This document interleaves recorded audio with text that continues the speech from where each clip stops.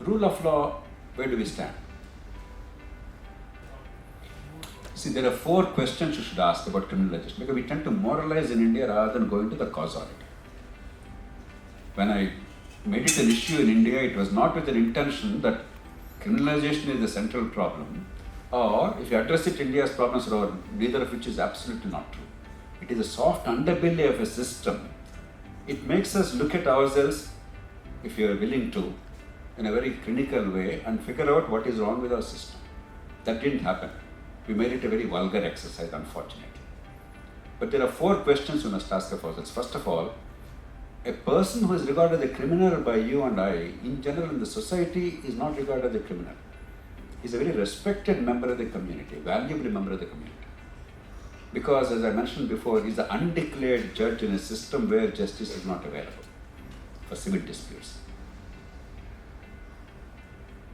Then the second question is, why does he then join politics? After all, you get power from society, you make money, you are powerful.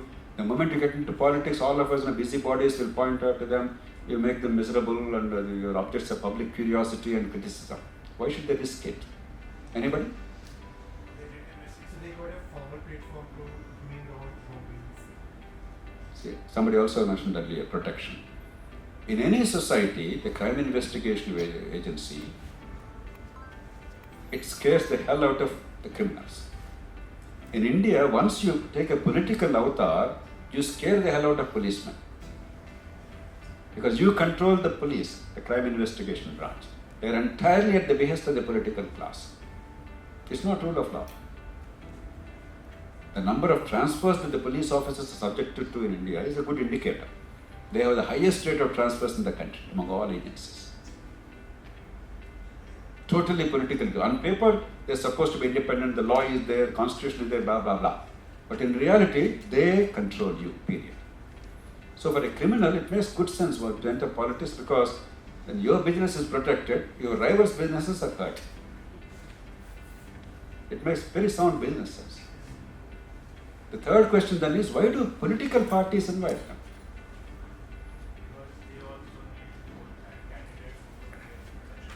They want people to win. So it is not true that the leaders of Indian political parties are all crooks and therefore they want criminals. They feel they have no choice. In our wretched electoral system, in a contemporary Indian conditions, money, vote buying, Huzurabad is a classic example. The numbers they're talking about is 200, 250 crores in one assembly constituency in one state of this vast union of India. And that money spent is more than the total money spent by the Conservative Party and Labour Party in the whole British parliamentary election in 2019. The whole nation of Britain, the total political expenditure in the election is less than one wretched assembly constituency election in one state of India. I mean, we are used to it, therefore we think it's normal. No, it's incredibly strange. It's absurd. Now the criminal has money. He has organization. Who is a powerful criminal? He has 100 fellows who say, Anna, whatever you say, we'll do it. No questions asked. That is when you are a powerful landlord. And every criminal, as somebody said quite rightly, every criminal who entered politics first took an avatar of a community leader. Either a caste leader or a religious leader. Once you have these 3 combinations, you have money, muscle, and a community power, you are very strong in politics, and there is ample evidence to show that all else being equal, a person with criminal antecedents is more likely to win than a person with non-criminal antecedents. Our electoral system rewards those attributes. Secondly, as you mentioned that the criminalization of politics happened, it started to happen after the 70s. True. It was not there before. See, until 70s, I wrote that report. I was a member of the years. So, until the 70s, there was innocence. You see, when democracy came first, thanks to the influence of Mahatma Gandhi, and our inexperience in operating democracy, there was still fear of officialdom. That is not the right way to operate a democracy. Fearing IAS, ICS officers and maintaining order is not democracy. But somehow, a traditional way of handling things. But as people got familiar with the constitutional order, what is constitutional order? Once I am elected, collectively we are in power. And that's the way it should be. In our country, we hate them. We don't want them to exercise power. We want to checkmate them. That is the wrong way of doing things. The person elected must have the real power, but must be held accountable. And there must be transparency. Instead of doing that, we try to checkmate each other. We're perfect at it. So until by 70s, our politicians understood the ultimate real power is with me. If I'm an MLA, CM stays or goes if we all say yes or no. They understood it. And therefore, the police officers posting something, you go to any assembly constituency practically anywhere in the country today, almost all local postings, transfers, petty contracts, ration shops, 100 other things, MLAs. When I call somebody about something, sir, sir, MLA sir, they tell me, not out of discourtesy, they want to respect me, but they want to cover their backs. They became the uncrowned kings. They are the disguised executives of India. So it makes good sense.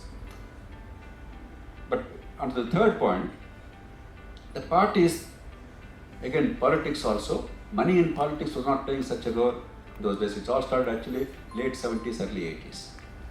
And now it's grown to such an extent that this Huzurabad, while it is still an outlier, it is not extraordinary. For people who understand politics of India, it's not very shocking. Maybe not 250 crores in an assembly constituency, but about 50, 60 crores, 70 crores assembly constituency, two candidates put together is pretty much normal in many states of India. Minus Kerala, almost all southern states, Maharashtra, other states are pretty high. So third is winnability. But there is another question we have to address that also takes us into the third session. Why do people vote for them? Anybody? Pardon? Absolutely. In a wooden system, unresponsive system, and nothing seems to happen, the normal constitutional and proper behavior is not yielding dividends. You are a nice guy, but things don't happen. If you are a Gonda, threaten them, beat them up. Something, kuch na kuch hoga. There's a greater chance of something happening, and therefore people don't see that as a liability, they actually see it as an asset. If everything else is equal.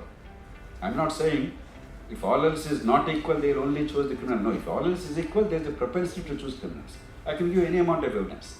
There's no time to go into detail, that's why I'm avoiding that. Yes. Lack of trust in the institutions like police system, education system. Yeah, see, everything is to everything else. So, unless you address these four questions, question one, how do you ensure justice without requirement of these mediators who provide rough and ready justice through brutal methods? Question two, how do you insulate crime investigation from political and partisan vagaries and make it truly independent and effective?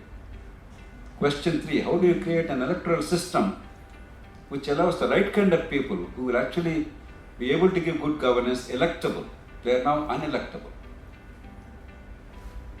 Question four, how do you create a system where delivery of services to citizens becomes normal, effective, timely, without requiring intermediation or a lot of harassment?